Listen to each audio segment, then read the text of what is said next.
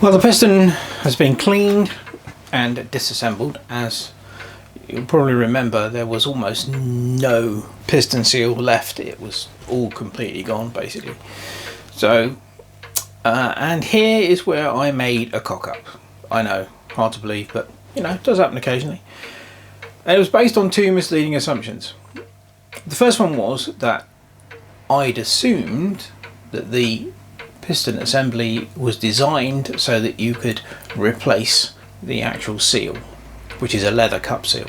And well, it turns out actually it isn't. So following on from that assumption, I again assumed that this rod here, which engages with the trigger, would unscrew from this cap at this end, which would allow you to take the seal off.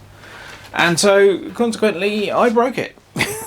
So there it is, and that's the broken end, and that's the other bit which snapped. Now the reason it broke was because there was a hole drilled, and now you'll be able to see that, approximately halfway through the bar for a pin. So let me explain the construction and how this is supposed to work. So this rod has been turned down at this end, and this will go through here, and it goes through that hole in the end. There is also a metal, there is a lump of metal in there, it's not just the end cap. So this goes through there. You then put the leather cup seal over this would protrude out the end here. It won't anymore because it's too short now. This will protrude out the end here. You put the leather cup seal on, you put the washer on, and then you peened the end over like a rivet.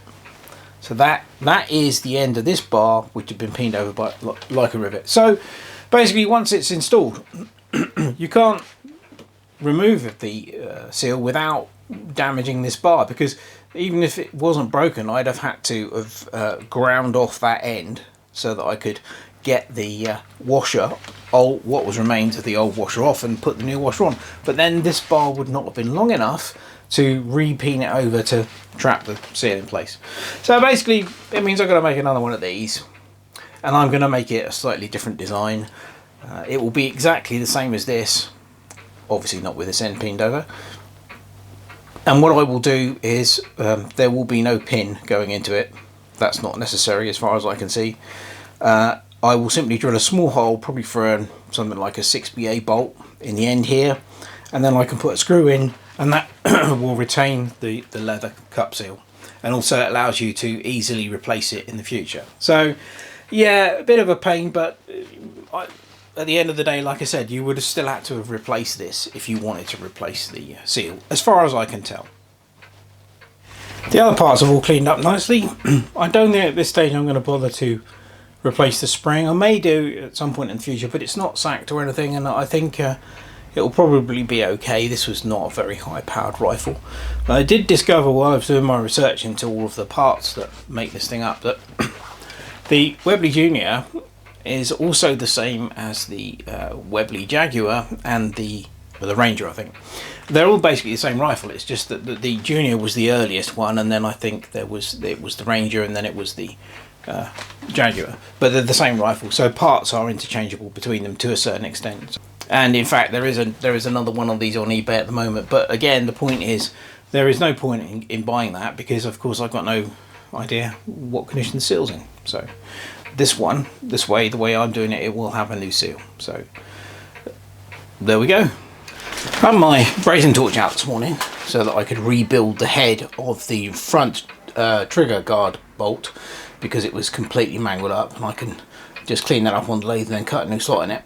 So I thought, well, nothing ventured, nothing gained. So I brazed a lump of steel onto the end of the piston rod, and I'm going to turn that down on the lathe and see whether we can't recover it, see whether we can still use the original. I don't know if it will be strong enough, but it's you know, it's worth a try. I've got a new bit of steel rod coming, should that not work, so I can make a brand new one if I have to. But I thought, well, you know, the brazing torch was out, and why not give it a go? So I'll stick that in the lathe and see what we can come up with.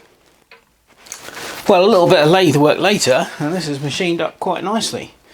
And I've drilled and tapped the end to take a 6 be a bolt. So we'll put it into the piston and you can see what we've got here.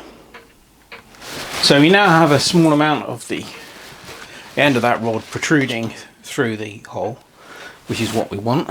And lo and behold, the leather cup washer seal turned up today as well. Now the hole in it was a bit big, so I've had to make a little brass reducer. But yeah, I'll put it all together and hopefully this will do the job. Well, here it is all back together. I think this might actually work. Got the new seal on. Obviously I need to soak this in oil because this is quite hard, being brand new. But yeah, there you go. And also, with the mods I've done to it now, if this does work, it's great because it means that you can easily change the seal, which obviously you couldn't do when it was in its original guise. But that's fine because we won't be putting this back together for a while, because we've got these two bits to clean up and I'm gonna blue them. I think that was paint on here originally. I don't think that was bluing. I think it was paint, which makes sense because this is a relatively speaking a budget gun, so they would have probably used paint rather than bluing, but it's quite corroded in places, so we'll clean all that up and that'll be the next job. As you can see, I have done the bluing on all of the metallic parts. Now, I didn't film this because you've seen me do this several times before and I've covered it in great detail on some of my other airgun videos, and it's exactly the same process that I've used on the previous airguns. And I have to say it's turned out very nice. It's all blued up. Very nice indeed. So I'm very pleased with that. We're pretty much ready to go back together now. Mechanically, that is. I've still got to do the stock. I haven't even started on that yet. But there was one other thing, an error that I made earlier that I wanted to correct. So we're going to have a look at the piston. So the piston's all back together. It's got its new seal on, and that's all been soaking in oil and all fit. Now, one of the things I said previously was that the originally there was a pin that went through from here all the way about halfway in into this rod, and I said at the time that wasn't really necessary. Well, actually it is, because when the air rifle is cocked, you've got the full spring pressure pressing against that metal lump there, and there's only a very thin lip on the front of the piston here to stop that from going that way.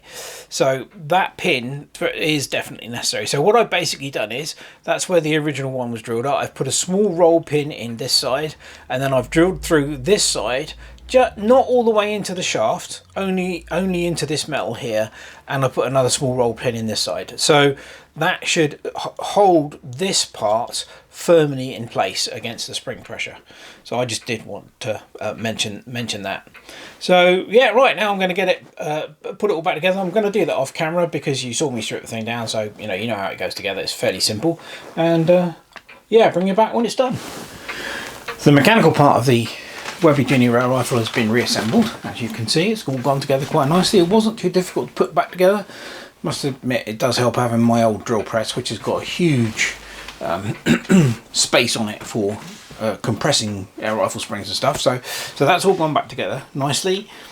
I have temporarily put it into the wooden stock and checked that it works, and it does, and it now puts air out the end of the rifle, which is great. So all we've got left to do now is to stock, and that's going to be the next thing.